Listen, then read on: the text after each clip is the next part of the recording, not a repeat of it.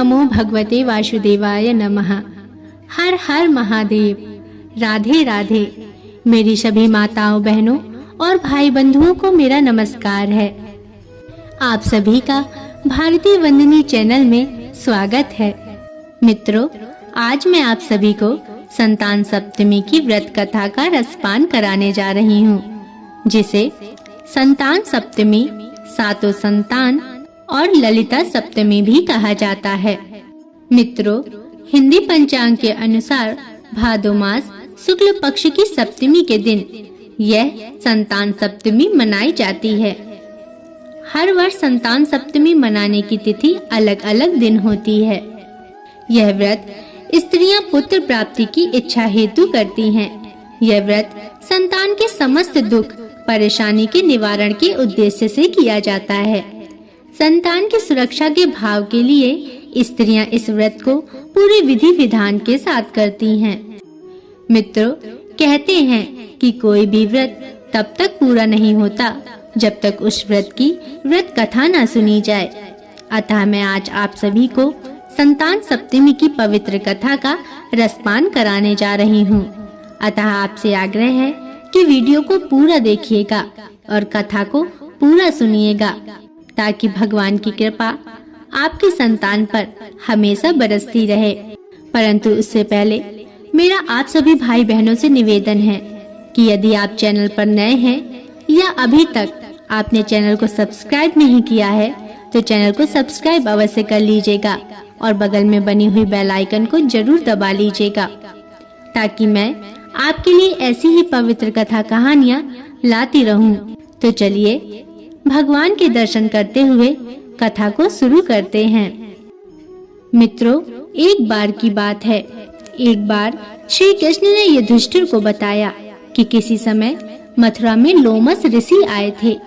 मेरे माता पिता देवकी तथा वासुदेव ने भक्ति पूर्वक उनकी सेवा की, तो ऋषि ने उन्हें कंस के द्वारा मारे गए पुत्रों के शोक से उबरने के लिए आदेश दिया।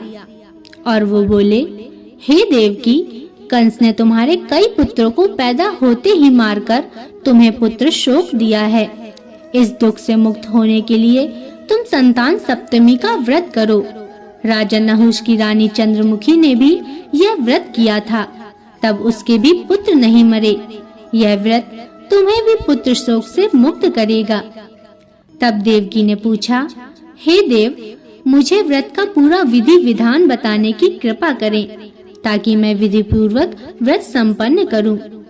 तब लोमस ऋषि ने उन्हें व्रत का पूजन विधान बताकर व्रत कथा भी बताई। और वो बोले, नहुष अयोध्यापुरी का प्रतापी राजा था। उसकी पत्नी का नाम चंद्रमुखी था। उसके राज्य में ही विष्णु दत्त नामक एक ब्राह्मण रहता था। उसकी पत्नी का नाम रूपवती था। रानी चंद्रमुखी तथा रूपवती में परस्पर घनिष्ठ प्रेम था। एक दिन वो दोनों सरयू में स्नान करने गईं। वहां अन्य स्त्रियां भी स्नान कर रही थीं। उन स्त्रियों ने वहीं पार्वती शिव की प्रतिमा बनाकर विधि पूर्वक उनका पूजन किया। तब रानी चंद्रमुखी और रूपवती ने उन स्त्रियों से पूजन का नाम तथा पूजा विधि पूछी। तब उन स्त्रियों में से एक ने बताया, हमने पार्वती सहित शिव की पूजा की है। भगवान शिव का डोरा बांधकर हमने संकल्प लिया है कि जब तक जीवित रहेंगे तब तक यह व्रत करती रहेंगे। यह मुक्ता भरण व्रत सुख और संतान देने वाला है। उस व्रत की बात सुनकर उन दोनों सखियों ने भी जीवन पर्यंत इस व्रत को करने का संकल्प करके शिव जी के नाम का डोरा बांध लिया। किंतु घर पहुंचने पर वे संकल्प को भूल गईं। फलतः मृत्यु के पश्चात रानी वानरी तथा ब्राह्मणी मुर्गी की योनि में पैदा हुई। कालांतर में दोनों पशु योनि छोड़कर पुनः मनुष्य योनि में आई। चंद्रमुखी मथुरा के राजा पृथ्वीनाथ की रानी बनी तथा रूपवती ने फिर से एक ब्राह्मण के घर जन्म लिया। इस जन्म में रानी का नाम ईश्वरी तथा ब्राह्मणी का नाम भूषणा था। भूषणा का विवाह राजपुरोहित अग्निमुखी के साथ हुआ। इस जन्म में भी उन दोनों में बड़ा प्रेम हो गया। व्रत भूलने के कारण ही रानी इस जन्म में भी संतान सुख से वंचित रही। प्रौढ़ावस्था में उसने एक गूंगा तथा बहरा पुत्र जन्मा, मगर वह भी 9 वर्ष का होकर मर गया। भूसड़ा ने व्रत को याद रखा था, इसलिए उसके गर्भ से सुंदर तथा स्वस्थ 8 पुत्रों ने जन्म लिया। रानी ईश्वरी के पुत्र शोक से संवेदना के लिए एक दिन भूसड़ा उससे मिलने गई। उसे देखते ही रानी के मन में डाह पैदा हुई। उसने भूसड़ा को विदा करके उसके पुत्रों को भोजन के लिए बुलाया और भोजन में विष मिला दिया, परंतु भूसड़ा के व्रत के प्रभाव से उनका बाल भी बाका न हुआ। इससे रानी को और भी अधिक क्रोध आया। उसने अपने नौकरों को आज्ञा दी कि भूसड़ा के पुत्रों को पूजा के बहाने यमुना के किनारे ले जाकर जल में धकेल दिया जाए, किंतु भगवान शिव और माता पार्वती की कृपा से इस बार भी भूसड़ा के बालक व्रत के प्रभाव से बच गए। परिणामतः रानी ने जल्लादों को बुलाकर आज्ञा दी कि ब्राह्मण बालकों को वध स्थल पर ले जाकर मार डालो, किंतु जल्लादों द्वारा बेहद प्रयास करने पर भी एक भी बालक न मर सका। यह समाचार सुनकर रानी को आश्चर्य हुआ। उसने भूसड़ा को बुलाकर सारी बात बताई और फिर क्षमा याचना करके उससे पूछा कि किस कारण तुम्हारे बच्चे नहीं मर पाए। तब भूसड़ा बोली, क्या आपको पूर्व जन्म की बात स्मरण नहीं है?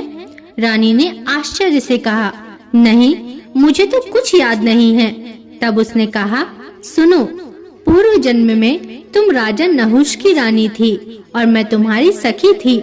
हम दोनों ने एक बार भगवान शिव का डोरा बांधकर संकल्प किया था कि जीवन पर्यंत संतान सप्तमी का व्रत किया करेंगी, किंतु दुर्भाग्यवश हम भूल गए और व्रत की अवहेलना होने के कारण विभिन्न योनियों में जन्म लेती हुई अब फिर मनुष्य जन्म को प्राप्त हुई हैं। और अब मुझे उस व्रत की याद हो आई थी, इसलिए मैंने व्रत किया।